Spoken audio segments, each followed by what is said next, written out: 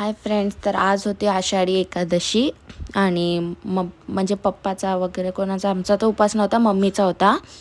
तर आम्ही खाल्ला इडली. मला सांबार नाही आवडत, इडली वगैरे बाकी मला सगळं आवडतं.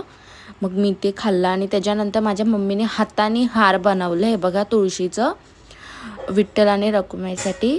आम्ही जेव्हा गेलो होतो पंढरपूरला तेव्हा आम्ही तिकडनं आणलं होतं त्यांची मूर्ती आणि मम्मीने हाताने हार बनवलं.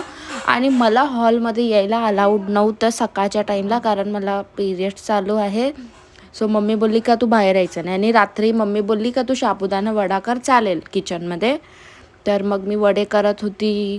साबुदाणा एवढा मोठा मिक्स केला. पहिले मला जमलं नाही एकामध्ये एवढं सगळं करायला, कारण साबुदाणा जास्त होता. तर मी 2 ह्याच्यामध्ये ते डिवाईड केलं, थोडं थोडं करून मिक्स केलं.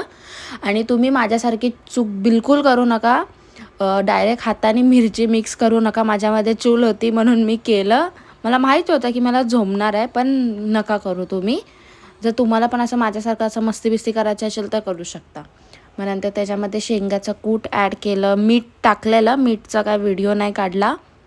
आणि मग नंतर त्याला आम्ही ऑइलमध्ये टाकलं फ्राय करायला. आणि मग ते बुडबुड आली तर तेव्हा तुम्ही लांब जा, मागे राहा एकदम. आणि मग त्याच्यानंतर खायला घेतलं. खूप छान लागत होते. माझीच तारीफ मी काय करू ना, तर खूप छान लागत होतं, मला तर आवडतं. आणि आमचा चटोरी क्रिश बघा, कुरकुरे खातोय, कुरकुरे. हे बघा, कुरकुरे खातो, तो सगळं खातो सेम माझ्यासारखं. वेफर पाहिजे, कुरकुरे पाहिजे, चिप्स पाहिजे, सगळं सेम माझ्यासारखं आहे त्याचं. हे वाले कुरकुरे खात होता. आणि आमच्या एका डॉगला बरं नाही आहे ना, त्याला कफसारखं झालं आहे, तर त्याच्यासाठी हे औषध आणलेलं. आजसाठी एवढंच, बाय.